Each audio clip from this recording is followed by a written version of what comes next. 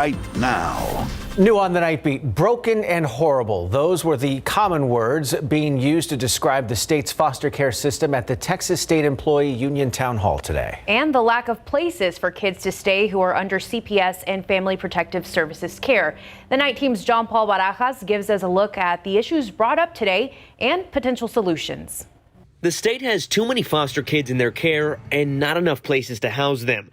Child Protective Services and Family Protective Services refers to these kids as child without placement, and they often have to be put up in hotels and motels. The foster care system's broken. It's gotten so bad now that we're in crisis. State Senator Jose Menendez explained the reason it's hard to find placement a lot of the time, on top of the lack of availability, is because many of the kids are older, they may be struggling with mental health issues, and they've dealt with a lot of abuse. These are kids that are very difficult for someone to say, yeah, sure, bring them here. And unfortunately, that's what's causing this problem. This problem also leading to safety issues for the kids. Just this week here at home, a 15-year-old girl in the care of CPS was grazed in the neck by a bullet after she had snuck away from the supervision of those taking care of her. Which brings up another issue. Judge Rosie Spidlin Gonzalez says employees are overworked, undertrained, and don't have enough resources. We're putting the health and mental health and physical health of these caseworkers at risk because they become frontline workers trying to manage high-level needs kids in motels and hotels. All of the speakers at the town hall emphasized the need for something to change, saying the system is only making mental health issues worse for both the kids who have already been through so much and the workers who are tasked with taking care of them. A hopeful turning point, $26 million is going to the Public Safety Division that will then be used to address mental health. All we've been doing is putting Band-Aids on it. We've got to come up with a system that's much better, that is comprehensive in its approach. And one of the things tossed around to do that is getting the San Antonio Board of Realtors involved, also Airbnb, so the housing situation could be better. Another thing speakers asked of the residents to do was to sign up to speak at their next Public Safety Committee meeting. We'll have a link on how to do that. It's going to be next week. That way you can get involved on how that $26 million will be used. John Paul Barajas, KSAT 12 News. Thank you, John Paul. New on the Nightbeat, 6 years and still waiting. That is the current situation for the family of Richard Ramos. Today, the family hosting a balloon release in his honor, mainly in hopes that you'll remember the case. Ramos was found shot to death on North Picoso Street back in February 2016. San Antonio police say he was meeting up with someone he had met on Facebook to try to trade some items when he was shot. His mother says he was preparing for the birth of his daughter when he was killed. They didn't give him a chance at all to see his daughter be born and hold her. You know, it's not right for somebody just to come and take your life. And he was so outgoing, friendly, and he had a good heart. If you have any information that could help investigators in this case, you were asked to call the SAPD Homicide Unit. Their number right there on your screen, 210-207-7635. And after 2 years of no justice for the family of a woman who was shot and killed during a robbery of a convenience store, they're now filing a wrongful death lawsuit against that same establishment. 40-year-old Pollyanna Smotherman of Cibolo died back in July of 2020 while working at the Easy Mart on FM 3009 in Garden Ridge. Police say a man walked into the store, allegedly shot her, and stole cash and lottery tickets before running off. The civil lawsuit filed on behalf of the Smotherman's estate alleges there were several security issues and that it was not the first time an Easy Mart employee died at the workplace. The lawsuit also states the company did not provide compensation benefits. Police are still looking for the suspect and ask anyone with information to call the Garden Ridge Police Department at 210-651-6441. It took a little more than a week, but that wildfire in Medina County is officially 100% contained tonight. That information coming from the Texas A&M Forest Service. The wildfire began last Friday and ended up burning more than 1,000 acres. Crews conducted extended mop-up operations over the past few days due to internal pockets of unburned material present. Medina County ESD also posted to their Facebook page that all units have now returned home, and they thanked everyone for their support. Between a system outage and weather challenges, travels this morning dealing with some delays and cancellations with Southwest Airlines today. One place affected was Houston Hobby International Airport, where passengers reported not being able to board their flights for several hours, along with flight changes about every 10 minutes. In a statement from Southwest, a spokesperson said they experienced some issues following routine overnight maintenance. All right, it's a fiesta first, a celebration with all the traditional tastes and sights, including chicken on a stick, aguas frescas, even mariachis. But the only thing missing was alcohol. Substance disorder centers, recovery houses, and other community organizations partnering to host the first sober fiesta at Los Patios. They tell me it's an idea many thought impossible, while others say it's necessary. Alex Adkins usually has an escape plan at social gatherings. Just in case it turns into something I don't want to be around. He's been sober for about 8 months. I've been in this process since August. I've been working, I work a couple different programs. I actually have been going to the recovery center here on campus. Adkins is a patient at Blue Heron Recovery, a rehab and recovery service provider at the Los Patios campus, owned by Dr. Christine Varela Mayer. We've only been in Los Patios for a year. We opened up the outpatient treatment center in March of last year. She dreamed up this idea of a sober fiesta where you can have all the same fun with no alcohol needed or included. The entire city shuts down for fiesta. But for folks who are new to recovery or are choosing not to participate in alcoholic events, it's a little problematic sometimes. For Adkins, it's a weight lifted off his shoulders. It's super freeing. It's really a relief. I mean, we were driving downtown last night just to see how things were, and it was a mess. So, like, today is just really refreshing. And although excited, Dr. Varela Mayer admits she was shocked from today's turnout and the amount of sponsors for Sober Fiesta. Her and her team at Los Patios say they'll continue to push to normalize sober fun in the community. A nice alternative.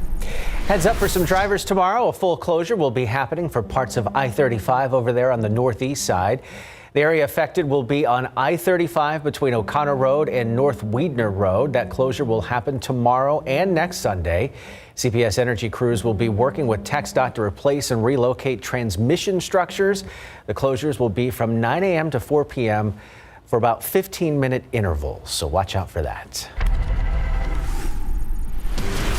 Already outside with live cam tonight. Beautiful shot of downtown. Even the skyline here, the lights have a very fiesta vibe, I think. Beautiful to see that. Temperatures down in the mid 70s now, but a lot of us topped out in the low, even mid 90s earlier this afternoon. Here's a look at some of the area high temperatures today. We made it up to 92 at the airport. Down at Stinson, it got as hot as 95, 93 in Castroville. Thankfully, it wasn't terribly uncomfortable because humidity was on the low side today. We've got another warm day tomorrow, but there will be more of a breeze to help us out. And that rain chance we've been talking about for Monday, it's still in the forecast, but any concern for severe weather is very conditional. I'll walk you through that forecast for Monday and also give you a heads up on a couple more days with fire danger coming up in the forecast for next week. All that will be along in the full forecast here in just a bit.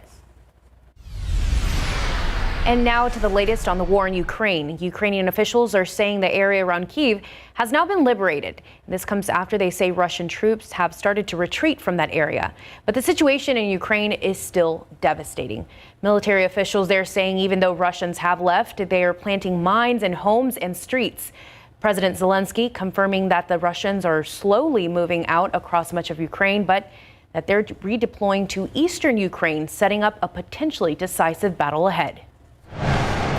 Still ahead on the Nightbeat, the backlash over Slapgate continues. See if actor Will Smith's announcement to resign from the Academy will help ease some of the tension. Plus, inflation now at a 40-year high in the U.S., especially when it comes to food. We take a look at how much more you've been paying for your groceries just this year. It's a fiesta event focus of the future and the next generation. We take a look at Fiesta de los Niños after the break. This Fiesta Flashback is powered by the Silverado and your local San Antonio area Chevy dealers. Benjamin Harrison was the first president to ever visit San Antonio while in office. It was a really big deal, and it inspired a tradition that's evolved into what we now know as Fiesta. According to San Antonio on Parade, 6 historic festivals by Judith Sobray, in the spring of 1891, the president was conducting a Southern Whistle Stop tour. San Antonio wasn't on his schedule, but the city's movers and shakers convinced him to pay a quick visit. He agreed on the 13th. His train would arrive on the 20th. So while the movers and shakers prepared, their wives saw an opportunity. Harrison's speech in front of the Alamo would draw a huge crowd, so why not hold a parade? Everybody's going to come into town. Our husbands are businessmen. They can keep the stores open if we have the parade at 5 so everybody can shop. With the visit falling one day before the Battle of San Jacinto's anniversary, the parade could also honor the heroes of Texas independence. The fall of the Alamo was this great tragedy to the city fathers. And the idea that the Battle of San Jacinto, they finally got Santa Ana. With only days to plan, the women began organizing the very first Battle of Flowers parade. Unfortunately, the president never witnessed it. On the 20th, he arrived at 9, left at noon, and the parade started at 5 after the shops closed. It also rained that day. So the president's speech was drenched and the parade had to be postponed. There is a happy ending, though. On the 24th, the crowds returned for the first Battle of Flowers parade, and they've been returning for over a century. Well, it's definitely safe to say Fiesta events are back and bigger than ever after what was, for some, a 2-year hiatus. It seems people are ready to party this time around, and that was exactly the case with the Port San Antonio Fiesta de los Niños event today. From robots, drones, video games, live music, and plenty of food. The event had all kinds of kid-friendly events with a focus on tech to help encourage kids to continue in the industry in the future. The event is in partnership with the San Antonio Museum of Science and Technology. And Fiesta medal lovers are rejoicing after today's Medal Mania event at the Main Plaza Conservancy. Collectors new and old got to buy and trade medals. It's one of the many long-standing traditions of Fiesta. Organizers gave away free Viva Fiesta medals to those in attendance. They say it's great to be back, just like old times, with friends and family coming together and carrying on these traditions. Great to see everybody out and about again. Everything kicking off Thursday night. Great weather for that. Katie, followed with more good weather yesterday and today. And today was hot. The warmth came back. Yeah. If you were in the sunlight for an extended period of time today, we're definitely sweating. Thankfully, humidity was on the lower side. That helped us out just a bit. And we've got an even hotter day coming up on Tuesday. I'll show you that in just a second. Another look at our almanac for today. Of course, we got up to 92 this afternoon. Started out at 63, but we were actually several degrees away from today's record high, which was 98, set back in 1939. Now, I do think we'll make a run at and potentially break a record high on Tuesday. We're forecasting 95 for you there as some dry air moves in from the west. The record high for Tuesday is 93, and we certainly could get there. Tuesday is looking like a really hot day. Temperatures currently 83 in Cotulla, so still some spots down in the 80s down to the south and west, but we're 73 at the airport.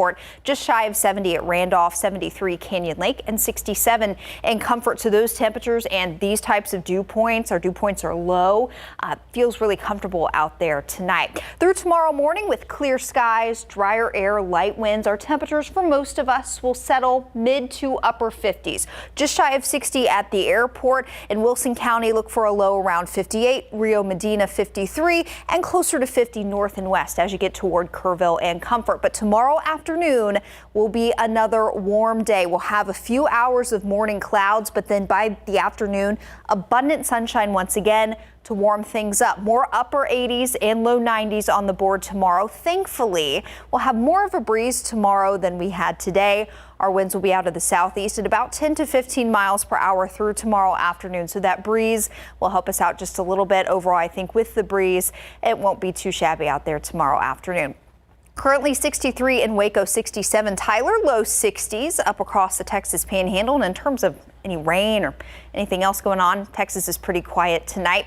Our next rainmaker, our next storm chance is still out in the Pacific Ocean, and it's not much to look at right now, just an area of cloud cover, but there is a little dip in the jet stream here, a piece of rain-making energy that will be scooting in, moving in from the west, and it gets to Texas on Monday, spurring chances of showers and even some thunderstorms. Now, there is a risk for some severe storms on Monday, some scattered, that second color there, some scattered strong to severe storms possible from from essentially north of San Antonio all the way up I-35 and I-45 to the Metroplex. When you zoom in a little bit closer here, you'll see that the dividing line, the cutoff from areas of scattered storms to more isolated activity, is essentially the Highway 90 corridor. And what I really want you to take away from this is that the better chance to see more storms as we get into Monday, particularly Monday evening and Monday night, is going to be north of our area, more of an issue for Central and North Texas. So let me walk you through Monday's futurecast. Again, tomorrow afternoon we've got sunshine,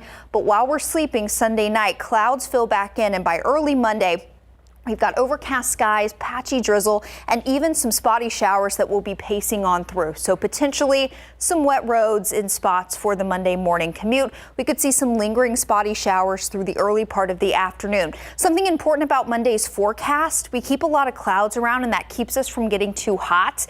And that's potentially going to limit any storm making energy as we get into late Monday afternoon and Monday evening. Again, cloud cover starting to break up, but nothing to see in terms of rain or storms. Now, north of San Antonio, where there's that slightly better chance for some more storms, that's an area we'll have to watch as we get into very late Monday, because anything that develops off to our north, potentially even out over the higher terrain of Mexico, that could potentially move through while we're sleeping Monday night into early on Tuesday morning. For right now, we think the River Parade is in good shape, but we'll keep you updated. We do have a few days next week where fire danger returns. We'll talk more about that next half hour, guys. We'll be looking forward to that breeze tomorrow. Thank you, Katie. All right, Larry, never really a doubt that Manu Ginobili would end up in the Hall of Fame. Yeah, you know, he would have been a Hall of Fame player just based on his international career alone. You throw his NBA career on there, yes,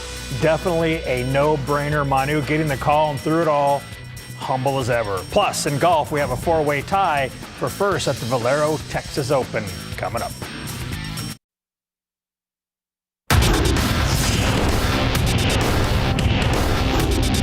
I want to congratulate you on being elected to the Naismith Memorial Basketball Hall of Fame class of 2022. Congratulations.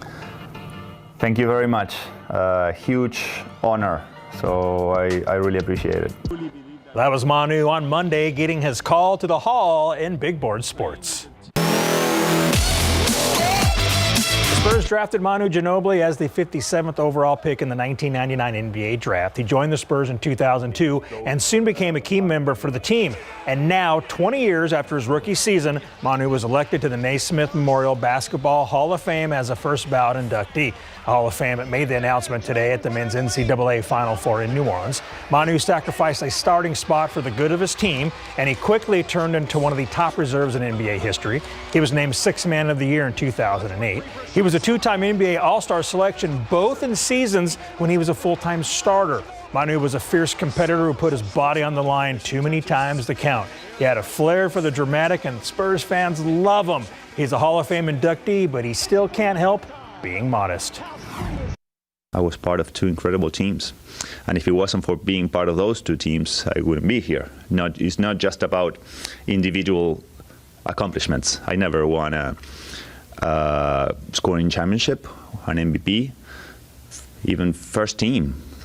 I'm here because of my surroundings, of the players I play with, of the coaches I've been coached with, and the organizations. I don't take it as an individual achievement. It's just that I've been in the right place in the right time, and I contribute the way I could. And, we all make each other better, and that's why I'm here. Class of 2022 will be enshrined during festivities in Springfield, Massachusetts on September 9th and 10th. Now, Portland scored the first 8 points of the game last night, but once the Spurs got rolling, it was lights out for the undermanned Trailblazers, who lost 130-111. The Spurs win, coupled with the Lakers' loss, means San Antonio now leads the Lakers by a full game for 10th place in the Western Conference with 5 games to go. Zach Collins at 15 points, 9 rebounds, and a career-high 5 assists.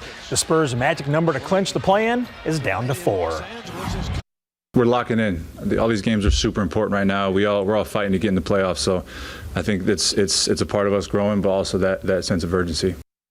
Spurs will host the Blazers tomorrow night at 6. Portland was eliminated from playoff contention last night. It was another sunny day for the Valero Texas Open at TPC San Antonio. Round 3 is now in the books. Dylan Fratelli makes this birdie on 14, dropping him to 10 under, where he'd finish the day. Brent Snedeker finds a birdie on the par 3 17th. He had 3 birdies on the final 5 holes to shoot a 67. He sits at 10 under as well. J.J. Spahn chips in for birdie on 13 to get to 8 under. He fired a 3 under 69 and is tied for the lead at -10. Now let's check out Beau Hossler on 16, who knocks down his 3rd straight birdie. He is now in a 4-way tie for the lead. It was solid. It wasn't my best, but 2 under on this course in tricky conditions and also windy, hot, and on the weekend in a PGA Tour event, not too bad in my books. It seems like my game's fitting pretty good for this course, and I'm confident. So I'm overall pretty happy with today. Missed a few short ones that I don't want to do tomorrow. But all in all, I feel really good about where my game is and excited about the challenge tomorrow's going to create. I mean, to shoot 5 under par today was really good. It certainly helped to play with Sneds, who also shot 5 under. We had a little bit of momentum going in the group, and hopefully I can keep and roll it tomorrow. But the last 2 days have been really, really strong. It is crowded at the top of the leaderboard with Spahn, Fratelli, Snedeker, and Hossler all tied for the lead at 10 under par. San Antonio FC played at home tonight, looking to stay perfect this season. That's later in sports. We'll look forward to it. Thank you, Larry. We'll be back. Welcome back. With food and gas prices on the rise and inflation at a 40-year high, many Americans are struggling to pay for basic necessities like food, gas, and rent. But there is one bright spot in the economy: new jobs. Yeah, unemployment is nearly back to pre-pandemic levels. Here's ABC's Alex Brachet with the details.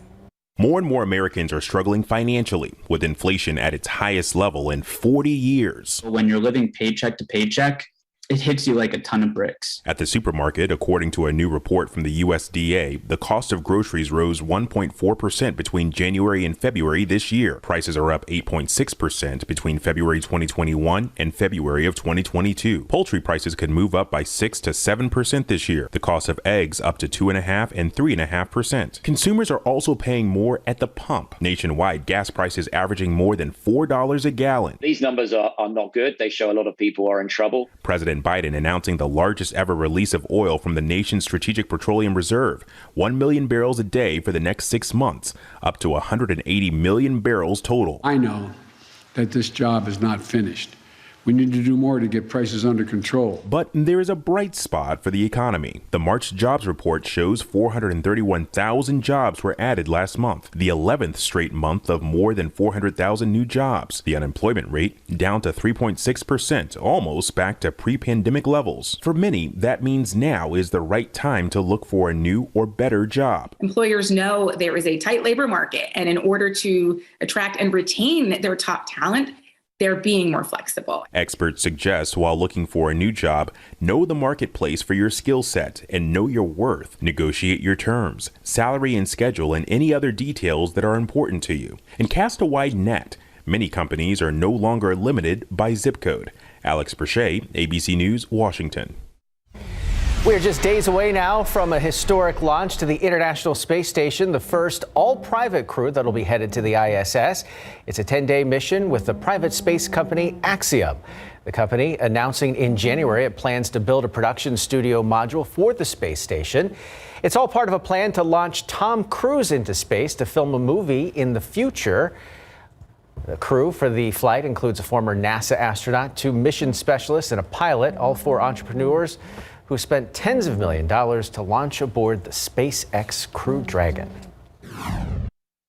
We are taking the first step in a next generation platform initiative that's going to bring working, living, and research in space to a much broader and more international audience.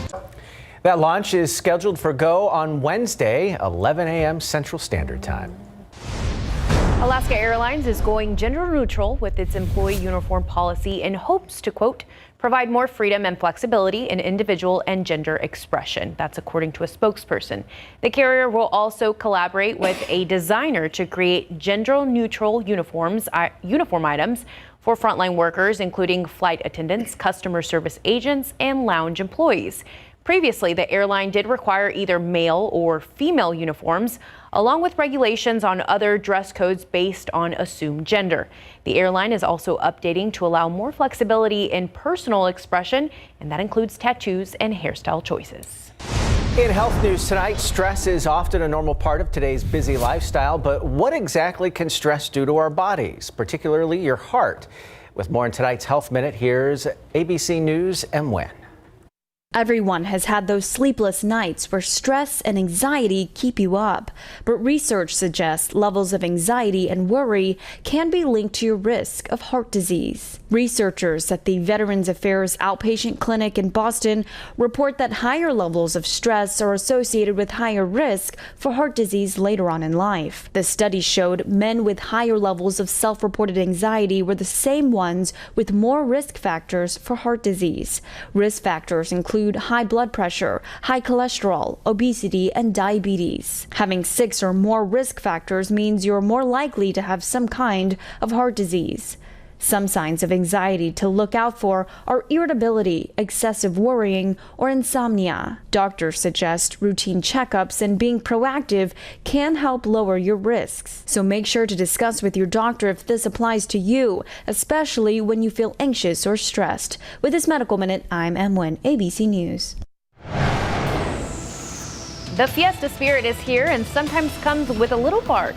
We take you to the annual coronation ceremony of El Rey Fido. And coming up next, Will Smith resigns from the Academy. Yeah, we're still talking about this, but what exactly does all that mean? Can he still win another Oscar in the future? We'll break it all down after the break. All right, Will Smith announcing his resignation from the Academy of Motion Picture Arts and Sciences following that shocking incident during last Sunday's Academy Awards ceremony. Here's ABC's Zareen Shah with the details. Nearly 1 week after he slapped Chris Rock during the Oscar ceremony, Will Smith has announced his resignation from the Academy, releasing a statement saying in part, "My actions were shocking, painful, and inexcusable. I betrayed the trust of the Academy. I deprived other nominees and winners of their opportunity to celebrate and be celebrated for their extraordinary work. I am heartbroken. I am resigning from membership in the Academy of Motion Picture Arts and Sciences." The incident happening after Rock made an unscripted joke about Smith's wife, Jada Pinkett Smith, who's been vocal about her battle with alopecia. A friend close to Rock tells ABC News the comedian was unaware of her condition. In an exclusive interview with TJ Holmes, Oscars producer Will Packer said he was initially confused by what transpired. I thought it was a bit. I thought it was a bit like everybody else. Despite his resignation, Smith can still be nominated for an Academy Award in the future, but he loses many benefits. He can't vote for the Oscars. He doesn't get any of the perks of being part of that club. The Academy says they have received and accepted Smith's immediate resignation, and they will move forward with disciplinary proceedings. Smith stating he will fully accept any and all consequences for my conduct. I think what we probably should take away from his most recent statement is we should expect that he's going to lay low for a little bit, see if the dust settles, and then reemerge. I don't know if this one incident will be forever defining for him moving forward. The Academy's next meeting to discuss the matter is scheduled for April 18th. Zoreen Shah, ABC News Los Angeles. Outside with live cam tonight. Pretty night. Got real comfortable, especially after the sun went down, because it did get a bit toasty this afternoon. You saw last half hour we had highs in the low to mid 90s at the airport where we're looking here with live cam. It got as hot as 92 this afternoon, and South Central Texas was the warm spot all across the country. West Coast 64 the high in LA, 55 in Seattle, 72 OKC. Along the East Coast here, highs in the 50s from New York down to DC, and only 87 in Miami. Sometimes that's our competition, especially in early spring for the warm spot, but we did it today. Yay us. It's going to get even hotter through early next week, and we've got a couple more days to monitor for fire danger next week too. More on that coming up. You know, it's crazy to think that just a couple of weeks ago we were begging for warmer weather. Yeah. And boy, did we get it today. I always caution against that. Yeah. Careful what you wish for, right? Yes, exactly. Sweaty season is here. This is, spring's the time of year. Kind of can be a mixed bag around fiesta time. Never know exactly what you're going to get. So we talked about the chance of rain Monday, and we'll touch on that again briefly in a couple minutes. But I want to spend a little bit more time on some days we're watching next week for the return of some elevated fire danger. Those days will be Tuesday, Wednesday, and Thursday. Of course, we've got the ongoing drought situation the vegetation, grasses are just so dry. So that's one part of it that until we improve our drought situation is going to be constant. Another aspect for the elevated fire danger is, of course, gusty winds. And we'll start to see our wind gusts inch back closer to 30 miles per hour, really Wednesday and Thursday. But even Tuesday, it could be a bit breezy, and that could play a part in an elevated fire danger risk. But the big key here is going to be low humidity. That's the third part of the fire danger equation. And tomorrow we've got lower humidity, but winds won't be bad at all. By Monday, it's really muggy. But look what happens Tuesday, Wednesday, Thursday. Our dew point numbers, our humidity starts to tank once again, beginning on Tuesday and continuing through Thursday next week. And again, Wednesday and Thursday is where we could have some gustier winds as well. So that plays a big part. Let me walk you through Tuesday's forecast. That's going to be our hot day in the next 7 days. That's where we're forecasting 95 degrees. And the reason why we're going to see that big spike in temperatures Tuesday is because of the dry line moving in from the west. Now, this time, the dry line will not act as a trigger for thunderstorms because we don't have any rain-making energy up higher in the atmosphere. This will just have an effect on our temperatures. So look what happens through Tuesday afternoon. The dry line will move in from the west. And along and west of 35, our dew points start to tank. It's that dry air and a west wind that will push our temperatures up. So we'll see our temperatures spike Tuesday afternoon, mid to upper 90s. We'll have to monitor for potentially some triple digits off to the west, closer to the Rio Grande. So this resurgence of dry air on Tuesday is what boosts our temperatures up to 95. And again, that's the start of a day that we could see an elevated fire danger risk. So just keep that in the back of your mind. Currently, it's really nice out there tonight. Clear skies, 73, light winds, low humidity. It's just shy of 70 at Randolph, 68 Seguin, 70 Bandera, and 74 in Divine. So overnight, skies will become cloudy once again, and we'll start off with some morning clouds very briefly tomorrow. By lunchtime, it'll be sunny, and that's how we'll stay the rest of the afternoon. So a sunny and warm day tomorrow.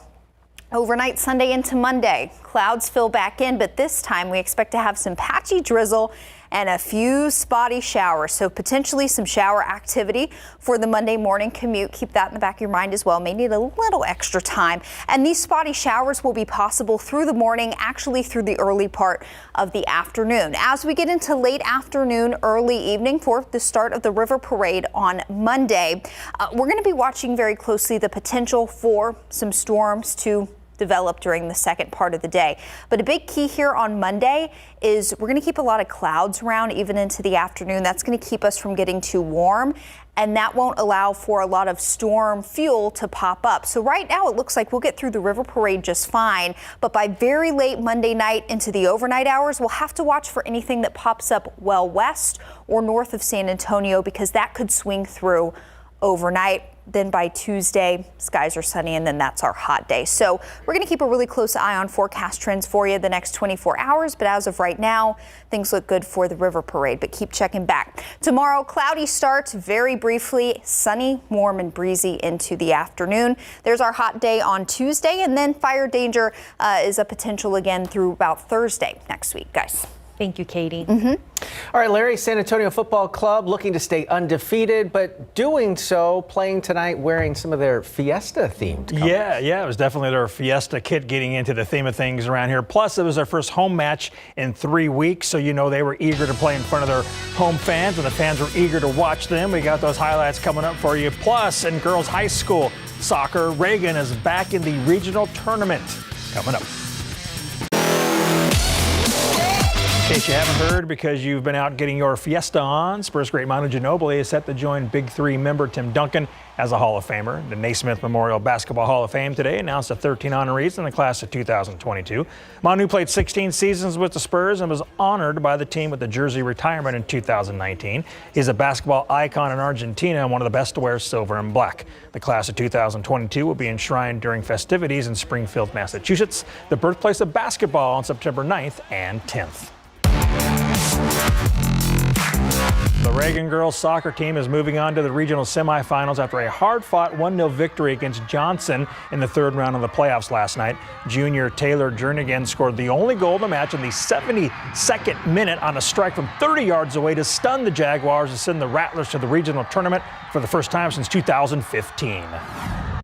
It was like the relief of all the tension breaking. It's something we'd finally been working for the entire game, and it just happened to fall in place right then and there. That's what Taylor does, and she finds the net sometimes with 5 and 6 people on her, but I think I was still in disbelief. I was like, did that really go in? And I had to check twice, but a goal's a goal no matter how you get it, and we'll take the W and get on the bus. Heck of a strike. Reagan advances to face Brennan in the regional semis this Friday, 3 p.m. at Comalanders Stadium. Olympic superstars have been on the deck all week long at the Northside Swim Center for the Tier Pro Swim Series, but there's been plenty of local talent competing as well. That includes Clark High School alum Jackson Stallworth, who's back in the Alamo City repping Arizona State. KSAT 12's Andrew Seeley caught up with Jackson this morning. A little over a year ago, Jackson Stallworth was wrapping up his high school career on deck at Bill Walker Pool with a podium finish in the 100-yard butterfly at the UIL Class 6A state championships. Now, after completing his freshman year at Arizona State, the former Clark Cougar has spent the last week competing against the nation's best at Northside Swim Center. It was kind of a last-minute decision. I saw that the meet was at this pool, and I really wanted to come home and swim. So I get to stay at my house, sleep in my own bed, and swim. So the times haven't been anything amazing, but just getting to come home to my home atmosphere, see my friends and stuff has been pretty cool. One of the reasons Stallworth decided to become a Sun Devil was head coach Bob Bowman, who famously coached Michael Phelps to Olympic immortality.